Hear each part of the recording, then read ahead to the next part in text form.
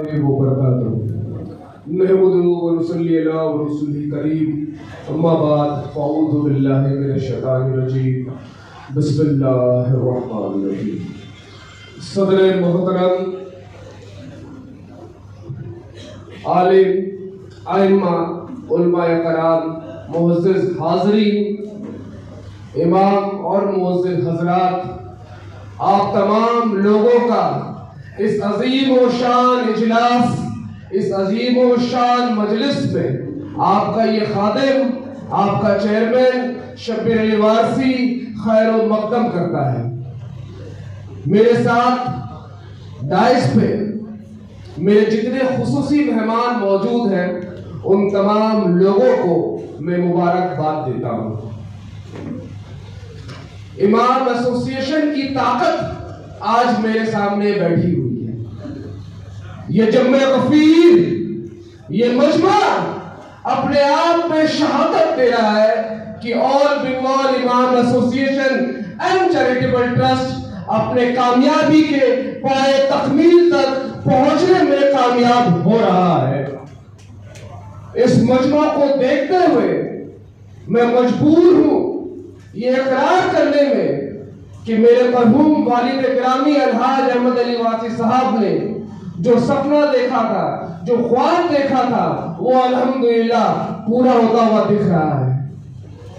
یہ مجمع آج کا صرف 600 یا 700 نہیں ہے، اس کے پیچھے تقریباً 60,000 امام اور معزز حضرات کی طاقت شمار ہے. میرے آنے سے پہلے ہی ایک 25 تاریخ کا اعلان ہو چکا ہے. اب جب اعلان ہو چکا ہے تو اس پہ ڈٹے رہنا ہے.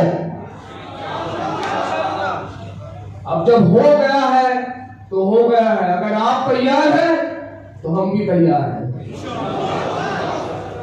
انشاءاللہ. تو کہا آپ نے، پر اب یہ طاقت آپ کو دکھانا ہے 25 تاریخ کو. میں بھی دیکھنا چاہتا ہوں کہ یہ مجمع کتنے کا ہو سکتا ہے. 30,000، 20,000، 40,000، 50,000. مجمع ویسا ہونا چاہیے کہ حکومت خود ماننے پر تیار ہو جائے کہ ہمارا مطالبہ ہے کیا ہے. تیار؟ میرے بھائی، کسی بھی سنگٹھن کو چلانے کے لیے کچھ بنیادی اصول، قوانین، قانون بہت ضروری ہوتا ہے. اگر اصول نہ ہو تو سنگٹھن چلنا یا چلانا مشکل ہوتا ہے، وہ اپنے کامیابی تک نہیں پہنچ سکتا. میں اپنی بساط سے جو کچھ بھی سمجھ سکا ہوں وہ آپ کے سامنے میں آج رکھنا چاہوں گا. یقینی طور پہ جو بھی افراد اس ایسوسی ایشن سے جڑے ہوئے ہیں ان کو ضرور مدد ملے گی. بنیادی اصول 4 عناصر اربع. زندگی جینے کے لیے 4 چیز ہونے کی ضرورت ہے: آگ، پانی، ہوا اور زمین. اسی طرح سے یہ عناصر اربع اگر کسی ایسوسی ایشن میں، کسی سنگٹھن میں شامل رہے تو اسے ناکام ہونے میں، ناکامیاب ہونے میں بڑا مشکل ہوتا ہے. 4 عنصر آپ کے سامنے میں پیش کروں گا. پہلا ہے مقصد، آئیڈیالوجی، آپ کا ویژن. دوسرا ہے عدم تشدد. تیسرا ہے تحفظ جمہوریت. چوتھا ہے فرقہ واریت. ان تمام 4 عناصر پہ اگر میں بات کرنا چاہوں تو کم از کم 1 گھنٹے کی ضرورت ہے. اس لیے میں 2 مدے پہ زیادہ غور کرنا چاہوں گا جو آپ کے سامنے میں پیش کرنا چاہوں گا. پہلا ہے وہ مقصد، آئیڈیالوجی. کسی بھی سنگٹھن کا اگر آئیڈیالوجی، اگر سوچ نہ ہو تو وہ سنگٹھن چلنا مشکل ہوتا ہے. مثال کے طور پہ آپ لے لیں، سی پی ایف پارٹی کا ایک مثال دے رہے ہیں. اس کا آئیڈیالوجی جو ہے وہ ہے آپ کو جس طرح امیر اپنے آسائش میں ہے اسی طرح جو ہے غریب بھی رہے. جس طرح ان کو حقوق مل رہا ہے اسی طرح غریبوں کو بھی حقوق ملے. آج بشرطے سی پی ایف پارٹی ہو نہ ہو پر ان کا سوچ جو ہے وہ زندہ ہے، وہ آئیڈیالوجی جو ہے وہ زندہ ہے.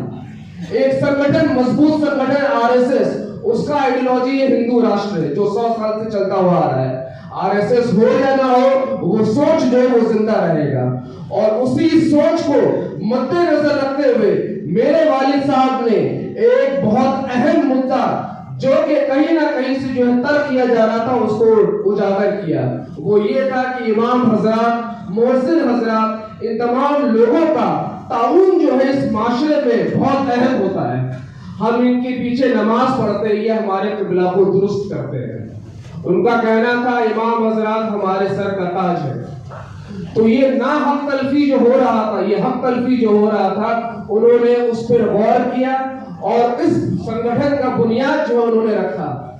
آج وہی سوچ اور وہی مثال میں آپ کے سامنے میں پیش کرنا چاہ رہا ہوں، بشرطے وہ نہیں ہے اس دنیا میں، اور ان کا جو سوچ جو ہے وہ آج بھی قائم اور دائم ہے. وہ نہیں ہے پر ان کا بیٹا جو ہے آپ کے سامنے میں ہے اور ہمیشہ جو آپ کے ساتھ کھڑا رہے گا، اسی سوچ کے ساتھ کھڑا رہے گا کہ امام اور مؤذن حضرات کے ساتھ جو ناحق تلفی ہو رہا ہے وہ ناحق تلفی بالکل نہیں ہونے دیں گے. انشاءاللہ اسی جہد و جہد کو لے کے ہم لڑتے رہیں گے.